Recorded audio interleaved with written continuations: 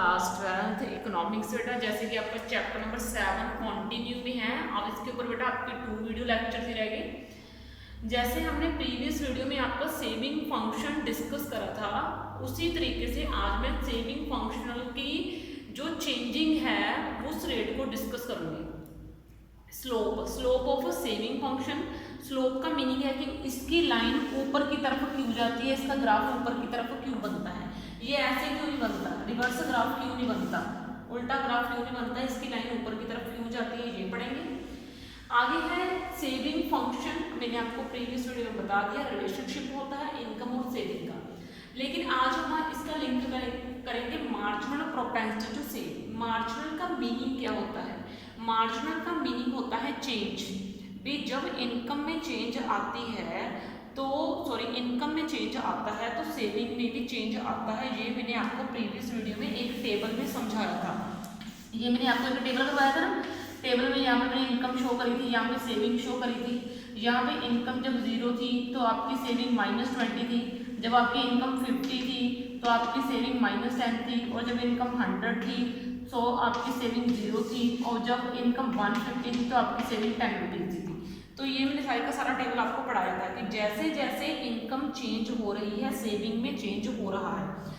अब ये जो चेंज होता है, इनकम के चेंज होने के कारण सेविंग में जो चेंज होता है इसको बोलते हैं MPS, यानी कि मार्जिनल प्रोपेंसिटी टू सेव। ये है इसकी full form, marginal propensity to save, यानी कि slope of S function, S mean saving function, refers यानी कि दिखाता है, टू रेट वो रेट दिखाता है एट विच जिसके ऊपर एस इंक्रीज होता है, किसके कारण? वाई में इंक्रीज होने के कारण, यानी कि सेविंग बढ़ती है इनकम में बढ़ोतरी के कारण। तो आपका MPS किस तरीके से शो हुआ, ये डेल्टा बोलते हैं बेटा। इस सिंबल को क्या बोलते हैं? डेल्टा। और ये डेल्टा क्या शो करता है? It shows change. ठीक है, ये चेंज शो करता है। क्या शो करता है? ये चेंज शो करता है। तो जब मैं इसको रीड करूंगी तो कैसे करूंगी? MPS यानी कि marginal propensity to save is equal to change in saving. Delta नहीं पढ़ना इसको, इसको पढ़ना है change in saving divide by change in income. क्या बोला मैंने? Marginal propensity to save is equal to change in saving divide by change in income.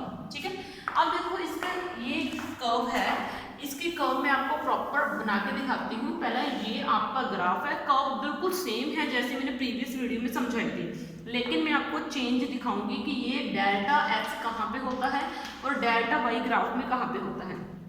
Graph में हमने यहाँ से शुरू करनी है नेगेटिव से, -20 से। इनकम जैसे जैसे बढ़ेगी सेविंग वैसे वैसे बढ़ती जाएगी। ठीक है, प्रीवियस वीडियो में हमने ऐसे बनाई थी ना कर्व कि जैसे जैसे इनकम बढ़ती है वैसे वैसे सेविंग बढ़ती है, इसलिए ये ग्राफ अपवर्ड जाता है क्योंकि दोनों में पॉजिटिव रिलेशनशिप होता है, एस में और इनकम में, सेविंग में और इनकम में पॉजिटिव रिलेशनशिप होता है। पॉजिटिव का मीनिंग एक के बढ़ने के कारण दूसरी चीज बढ़ती है और एक के कम होने के कारण दूसरी चीज कम होती है। मतलब अगर इनकम कम होगी तो सेविंग भी कम होगी, अगर इनकम ज्यादा होगी तो सेविंग भी ज्यादा होगी। अगर मैंने आपको ये चीज समझाई है, अगर इनमें नेगेटिव रिलेशनशिप होता, कौन सा रिलेशनशिप होता? नेगेटिव रिलेशनशिप होता, तो इसकी कर्व कैसे बनती? इसकी कर्व बनती इस तरीके से, डाउनवर्ड स्लोप की कर्व। कौन सी कर्व बनती? डाउनवर्ड स्लोप की कर्व। अब नेगेटिव रिलेशनशिप क्या होता है? जब सेविंग कम होती इनकम के बढ़ने के कारण। लेकिन ये तो पॉसिबल है नहीं भाई, ये तो एक यूनिवर्सल ट्रूथ है कि एक पर्सन इनकम जब बढ़ती है तो वो सेविंग तभी बढ़ाता है, और इनकम जब कम होती है तो सेविंग तभी कम करता है। ठीक है ना, तो इसलिए इसकी कर्व जो जाती है ऊपर की तरफ because of a positive relation. कौन से रिलेशन के कारण? पॉजिटिव रिलेशन के कारण। ठीक है, अब देखो मैंने आपको शो करके दिखाना है कि डेल्टा एस कहाँ पे है और डेल्टा वाई कहाँ पे है।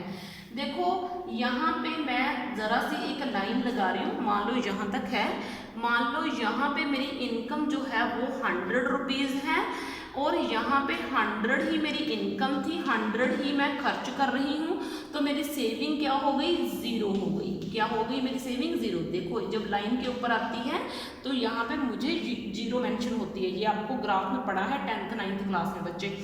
अब देखो यहाँ पे इनकम आपकी 100 है, मान लो यहाँ पे इनकम आपकी बढ़ गई यानी कि इनकम आगे खिसक गई, यानी कि यहाँ पे इनकम मान लो 150 हो गई। क्या हो गई इनकम यहाँ पे 150 हो गई, 100 से 150 इनकम हो गई, तो ये आपका हो गया डेल्टा वाई, यानी कि कितने का फर्क पड़ा इनकम में, 50 रुपीज़ का।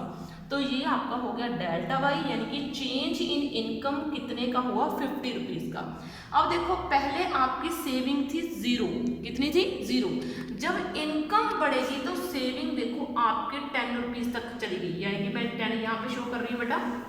देखो आपकी सेविंग कितनी होगी, 10 रुपीज़ की सेविंग होगी, यानी कि ये पूरी चीज़ आपकी सेविंग को शो करती है। किस चीज़ को शो करती है, सेविंग को। तो इतनी चीज़ हो गई आपकी चेंज इन सेविंग। मैंने क्या बोला, जब आपकी इनकम 100 से आगे गई 150, तो चेंज इन इनकम हुआ 50 रुपीज़ का, और आपकी सेविंग यहाँ से यहाँ आ गई, यानी कि ये चीज़ शो कर रही है आपकी सेविंग के चेंज को। तो ये आपका हो गया change in saving which is equal to 10। और मुझे MPS निकालनी है, MPS। तो अब वो कैसे निकलेगी, MPS का फॉर्मूला क्या था आपका, change in saving divide by change in income. Change in saving कितने रुपीज़ का है, 0 से 10 रुपीज़ हो गई, तो 10 रुपीज़ का चेंज हुआ सेविंग में। और चेंज इन इनकम कितने का है, 100 और 150, दोनों में कितने का डिफरेंस है, 50 का। तो ये देखो आपकी आ गई 1/5। समझ में एक बार, इस तरीके से बेटा आपकी MPS निकलती है। अब आपका एक कंसेप्ट है कि एवरेज प्रोपेंसिटी टू सेव, इसको average propensity to save read करते हैं और इसको marginal propensity to save read करते हैं। ये दोनों अलग अलग कंसेप्ट हैं, ये आपने माइंड में रखना है।